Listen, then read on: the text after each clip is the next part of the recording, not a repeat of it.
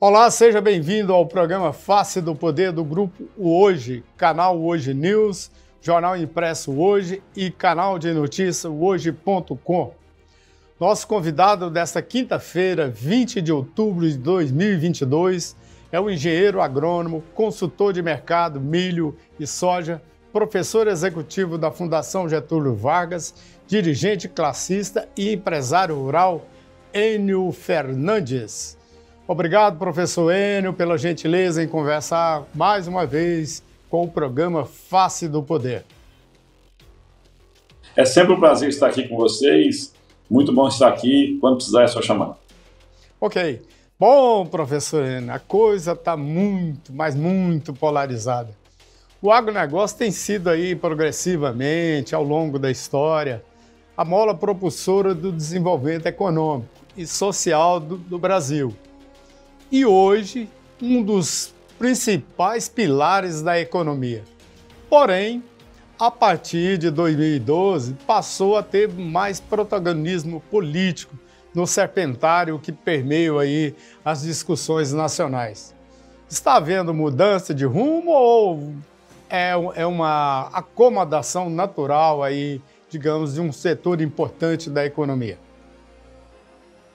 A pergunta é muito perspicaz, né? Mas o que a gente está vendo não é só o agro, né? A população brasileira está cada vez mais politizada, mais inteirada de política. O agro realmente ele é parte dessa sociedade. Hoje, em qualquer lugar que você vai, tomar sua cervejinha à tarde com seus amigos, ou no encontro familiar, ou depois do futebol, né?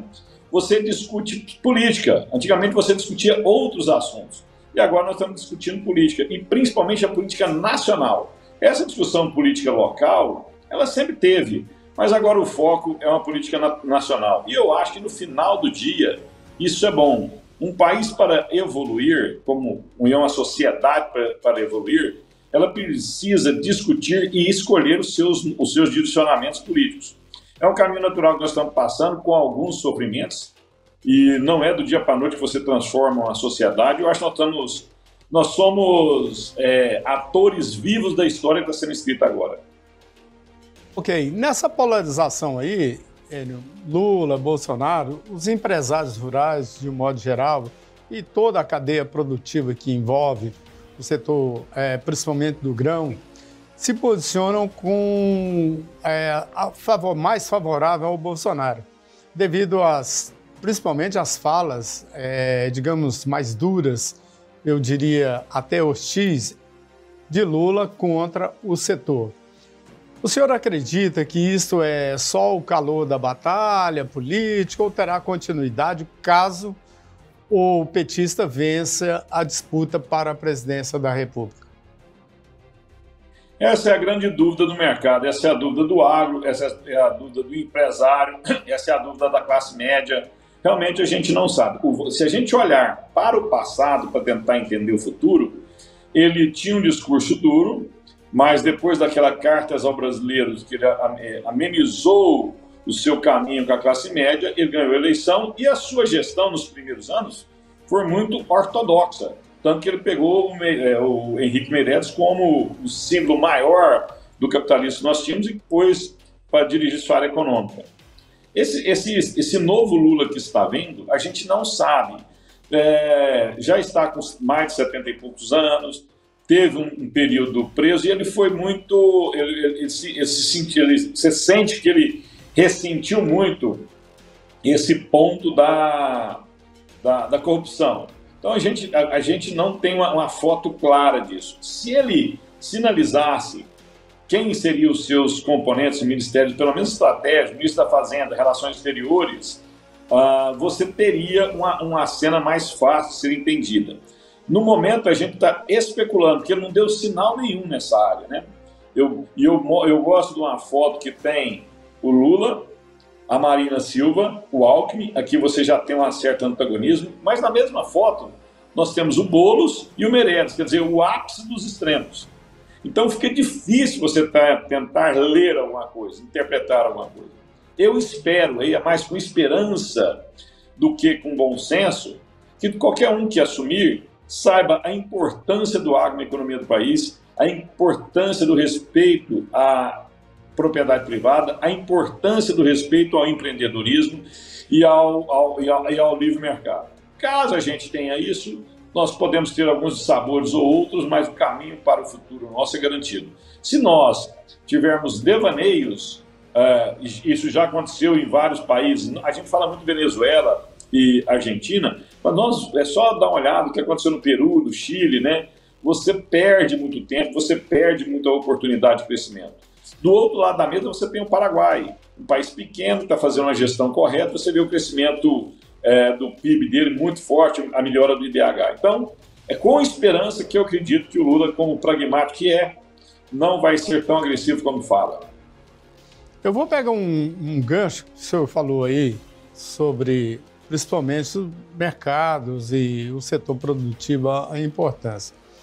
Uma dessas falas do candidato a presidente Luiz Inácio Lula da Silva, ele disse que abre aspas, o segmento não é adepto ao partido, porque ele estava referindo ao agronegócio, porque sabe que se eu for eleito, não haverá desmatamento. Fecha aspas. Existe mesmo desmatamento ou é mais uma narrativa da esquerda que ampliou isso aí? Porque a gente pega alguns números, vê que não é tão assim superlativo como eles mostram. Talvez seja aí patrocinado por algum ou outro que tenha invadido a fronteira amazônica, mas o Lula está falando aí num negócio muito temerário que, principalmente os nacionalistas, que é muito forte, é dividir a Amazônia. Bom, a minha pergunta é o seguinte, existe desmatamento mesmo, como tem sido falado aí, principalmente nos programas políticos do PT, ou é uma, digamos assim, é uma ampliação apenas do debate? Bom, vamos lá. Em primeiro ponto, é o seguinte, nós temos que entender que quem desmata, quem entra em área que não é da sua posse, área do Estado e desmata, isso é um criminoso, ele não é produtor rural. O produtor rural brasileiro é o mais responsável ambientalmente do mundo. Temos uma das legislações mais restritivas do mundo. Eu só não vou ousar falar que é a mais restritiva, porque eu não consigo ter acesso à informação de 198 países. Mas se não é a mais restritiva do mundo, é entre as mais restritivas do mundo. É a maior área de plantio direto do mundo. É a maior área de preservação ambiental nas grandes economias produtoras do agro. Quando você vê o índice de produtividade nossa, em aves, suíno, bovino, soja, milho, algodão, feijão, ele só cresce. O nosso crescimento de produção é muito acima do crescimento de abertura de áreas. Só para deixar um dado, quando eu pego florestas plantadas, que são eucaliptos, cana-de-açúcar e todos os grãos, todas as frutíferas, nós só utilizamos 7% do território nacional. 7%. Se eu somar a pecuária, eu vou me aproximar de 20%, 21%. Ou seja, o agro é extremamente responsável socialmente, extremamente responsável ambientalmente. Eu tenho certeza, isso eu afirmo com segurança, não existe nenhuma nação do mundo que produz alimento respeitando o meio ambiente como o Brasil produz e na escala que o Brasil produz. Ponto. O agro ele não deve ser anexado a desmatadores, a quem invade terra. Isso são grilheiros e precisam ser punidos. Quando eu faço esse link, ou por meio de mídia, ou por meio de discurso político, ou por meio até associação nas escolas, eu estou denigrindo um dos melhores negócios do país, a mola propulsora do Brasil. E eu não estou prejudicando o agro, eu estou prejudicando essa nação, estou prejudicando a geração de emprego, renda, impostos e o futuro dos nossos filhos. Então é muito triste isso. É uma frase mal colocada e mal posicionada.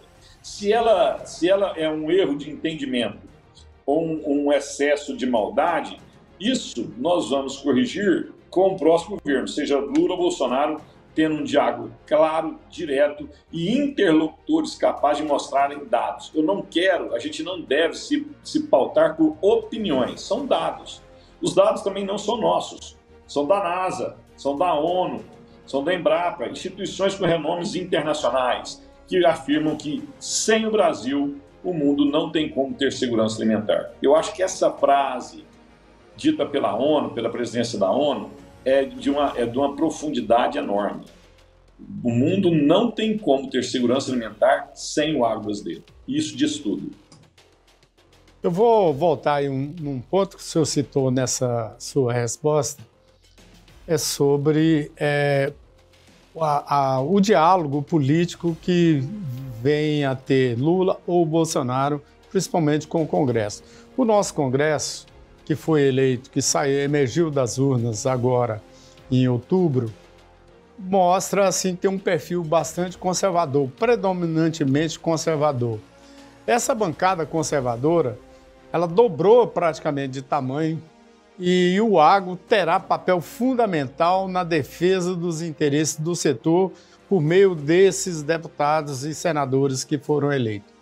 No entanto, Lula diz que se for eleito, vai estabelecer um diálogo com os bons agricultores. O caminho é por aí, o diálogo entre o Congresso, os setores organizados, os meios organizados do setor produtivo, ou vai ficar restrito apenas ao Congresso? Não, a nossa sociedade é uma sociedade viva e pujante, né? Essa divisão que nós vamos ter, quem ganhar vai ganhar com diferença pequena, mostra que nós temos um país que está em formação cultural, formação da sua cultura política. É importantíssimo vencidos e vencedores sempre estarem dialogando. Não existe outro caminho. A unanimidade é burra, a gente comete equívocos. O agro, sim, é a mola propulsora desse país, vai ajudar esse país a chegar a ser uma nação próspera no futuro, né? Mas ele também passa pela indústria, ele passa pelos serviços, ele passa por outros entendimentos da sociedade. Cada dia nós estamos ficando seres humanos mais complexos e sofisticados. E quem precisa liderar determinados setores, liderar a indústria, liderar o agro, liderar o setor de serviço, liderar a imprensa, nós temos organizações de jornalistas. Se você for muito restrito na sua visão de mundo, se você for senhor da verdade, o mundo que você entende é o seu, você vai perder relevância e proeminência. Então, esse discurso, esse diálogo contínuo, independente de quem ganhar, precisa ser construído. Com isso, a gente apara as arestas. Outro ponto importante é o seguinte: quando a gente se dá ao trabalho de escutar o outro, você reflete sobre suas convicções. Você pode fortalecer essas convicções ou você pode alterar essas convicções. E esse é o caminho. Diálogo, diálogo, diálogo. Quando o diálogo terminar, precisamos de mais diálogo. Uma última pergunta, professor Enio, é o seguinte. Bom, diante da polarização, o senhor lembrou bem aí que ganhe um ou ganhe outro, o diálogo é fundamental. A minha pergunta é, o senhor acredita que o país, aí fora dos setores organizados da sociedade, vai continuar dividido após o resultado eleitoral ou haverá realmente uma acomodação, uma decantação do calor da batalha eleitoral por preferências?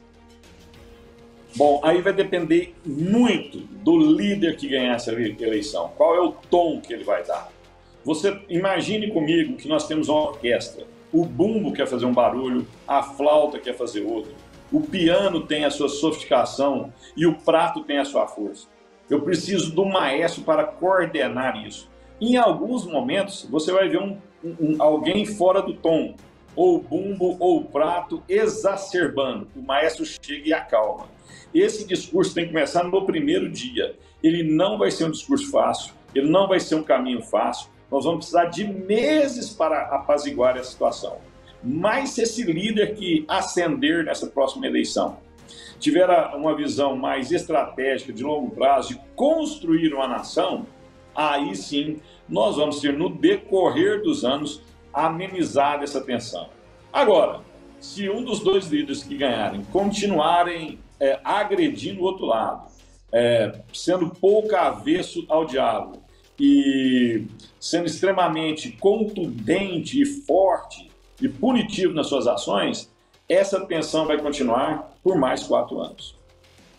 Ok, obrigado, professor Enio, por mais essa pequena aula. Uma pena que nosso tempo é tão curto, mas muito obrigado pela gentileza aí de conversar conosco mais uma vez e esclarecer aí para os nossos internautas que nos acompanham.